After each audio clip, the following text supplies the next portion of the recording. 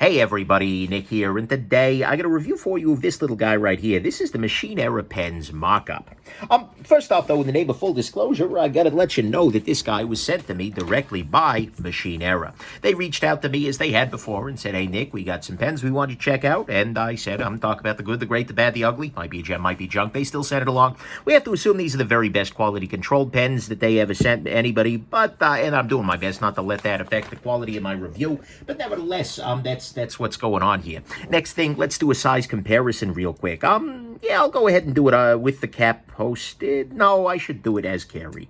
I'll compare it to a couple of other important pieces here. The first one is the pen that in many ways it's a sequel to, which is the Machine Era Classic. And we can see here that size-wise, they are virtually identical. They're a little bit different in their overall cutouts and things like that, but they are virtually identical, so that's not a concern. This is the Urban Survival Gear Tie Scribe Bolt and Tie Scribe Bolt Mini. Again, so size-wise, actually, the Mini's not far off here. Here it is against your pocket jotter, your Bic Click Stick pen. This is a Pilot G2. I think where the heck's my Hampton Inn pen? Damn. Well, I'll find it. Oh, here it is. Yeah, it's a pen I stole off of Hampton Inn. Sorry, guys. And then, actually, one other point of comparison. This is the Vision Metal Designs LP5, which is another very, very small pocket-friendly pen. So, there you go.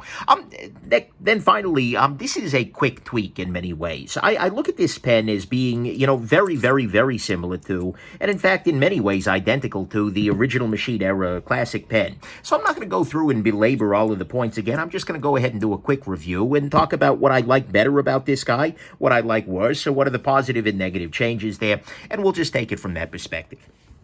So let's go ahead and talk about what's good about this guy, what's not so good about this guy.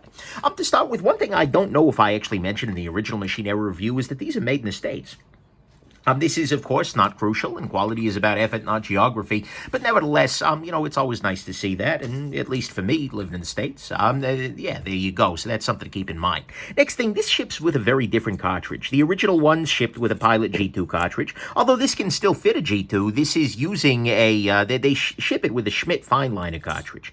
And a Fineliner cartridge is, you may have seen something similar from Mont Blanc, I suppose, whatever. And you can actually hack that into this guy if you want to cut it down a little bit. But basically what this is it's a cartridge where here, I'll see if I can kind of show this off, where it's actually spring-loaded, right? There's a little bit of springitude to it, and sorry about the loud seagulls out there.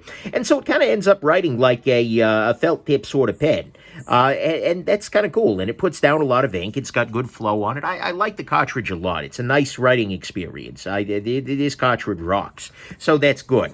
And so I like this cartridge very much, and I think it's kind of a step up from just shipping a G2. Mind you, though, it still does use a G2 size, so you could swap a G2 refill in there just as easily. I tried it with a G2 refill. It works great. You can still hack a Mont Blanc cartridge in there for rollerball or Fineliner, although, frankly, I don't know why I would use the Mont Blanc Fineliner rather than this guy. It works great. Next thing, the clip on this guy can be removed. All you really need to do is use some kind of a tool, pop it under there, and this will just lift off. This is not welded in place or anything, and I think that's a good thing. If you take the clip off of this guy, you do end up with sort of a groove. Come on now, there we go. You end up with sort of this little area where it's clear they've done a little bit of milling off of that, but it basically becomes a Machine Era Classic. The only thing that's missing are the grooves, which I personally actually like a lot, but aside from that, it just becomes a Machine Era Classic again, and that's something you can keep in mind. So it's good. The other reason that that's good is that if your clip accidentally gets overbent or something like that, if you can take the clip off, you can do things like reverse the clip on the pen, rebend the clip that way, or just replace the clip altogether. Hopefully they'd be able to offer a replacement clip if something went wrong. That's a good thing, at least to me. But it stays very well in position. There's really no problem with the clip any other time. Next thing, you've got some different options here in terms of your overall materials. I'll pop this clip back on here. There we go. The material choices you get are brass, stainless steel, or a DLC'd black stainless. The brass is $38. It's $45 for the stainless, and that's what you're seeing right here, and a $48 DLC sort of finish. By the way, this is what the brass looks like in the Classic, and this is one of the pens that's probably gotten most pocket time in my life. This particular pen has just lived in my pocket over and over and over again for a long time now. So, but nevertheless, that's what the brass would look like if you bought that option. But look, the fact that it's, you know, 38 bucks, 45 bucks, those are solid prices. I have absolutely no problem with those prices, and I appreciate the fact that this new version, even with the clip and whatnot, is the same price as the old one. So that's good. Then finally, this still has the same things I love about the Classic, right? It's durable, it's simple. There's really no moving parts. There are no springs. There's nothing, no muss, no fuss. It's literally 3 pieces, well, in this case, 4 pieces of metal. This piece, this piece, this piece, and then the clip. That's it. There's really not much going on here. And as a result, it's super durable. It's super simple. You know, one thing that I often do, when I fly, instead of using the TSA locks, which are crazy insecure anyway, I just put a zip tie around the freaking zip. That way, you know, yeah, they can take it right off. They'll put on a new one when they're done, you know, trouncing through my bags and anyways. But as a result, I get off a plane and my bag is shut with a zip tie. And so my trick is I usually will put this pen in through the zip tie and then just start twisting. And because this is just a solid chunk of steel or brass or whatever, I have no concern that it's going to be injured. This is a very durable little pen. I've used this as kind of a pressing tool on many occasions. Well, actually use this guy, but still, I use these guys as, it's just a chunk of metal, and that's a beautiful thing. I appreciate that very much. It's also very easy to carry because it's a continuous chunk of metal, in this case with a clip and some really loud freaking seagulls outside. And so, you know, that's good. And it's also not pricey. You know, you can go buy one of these guys, and if you don't love it, you didn't break the bank. And so it's still got those things that I love about the Classic. And so to me, all of that is the good, is that it's still durable, still easy to carry, still not expensive. It's brass, stainless, DLC options. You have a clip that can be very easily removed or kept on there, which works okay. Got good cartridge options. I like the Fineliner Cartridge a lot, and it is made in the USA, which, for me at least, I think is a nice thing. On the bad side, the Fineliner cartridges don't work on carbon paper. That's becoming less and less relevant every day, but it's still something to keep in mind, as opposed to a G2 cartridge, which does. Next thing, the clip is a little bit of a pain to remove. You have to use some kind of a pry tool or something like that to get it off of there. Maybe you could do it with your fingernails or something, but probably not. Keep that in mind. Next thing, the clip is very thin and very small. I mean, this clip is really freaking thin, and it's kind of funny in some ways. It's a weird juxtaposition of a very heavy, beefy pen with a very super light clip. You know, the clip works, absolutely, and you've got enough ramp here that you can get it into your pocket, no problem. You have a fair amount of, you know, clip pen kind of sticking out of your pocket, but it definitely does work there. And so, you know, that's the thing. But I do worry a little bit about the thinness of this clip, and I hope they provide replacements at low cost or no cost, because I worry that sooner or later I might need one, especially if this guy springs out, if it gets caught on something or something. And then actually, I gotta say, the pen itself is a little on the heavier side for clipping. This is not a lightweight pen. I mean, neither was the original one, but even the stainless steel one is coming in at 1.52 ounces, hanging off of a relatively small clip here. It just feels a little awkward dangling in the pocket there.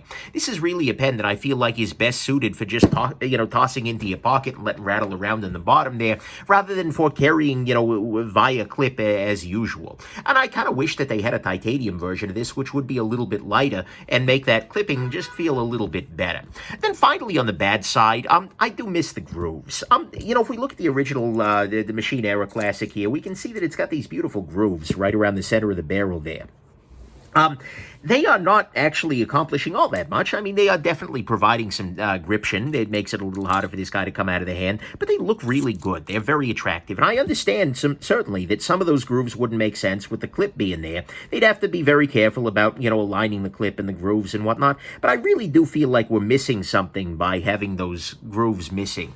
I feel like it's just a slightly less nice pen. In a lot of ways, it looks more generic. It looks more like a space pen or something like that, and that's not something I particularly like, and it also makes the pen a little bit more slick. And so as a result, if I'm carrying clipless, I actually do prefer the Classic, just because, well, I think these are a really, really nice touch. I think they just really add something. They're tying the room together. So, that to me is the bad here, is that I wish that they had kept the original grooves off of the Classic on this guy.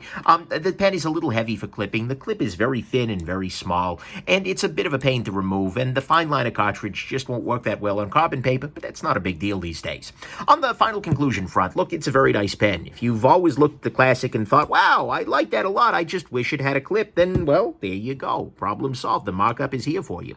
It's also got an upgraded refill on the base. I mean, upgraded. The G2 is great too, but it's a different affair, and that's cool. And it's the same price, same options, a lot of the same excellence, really.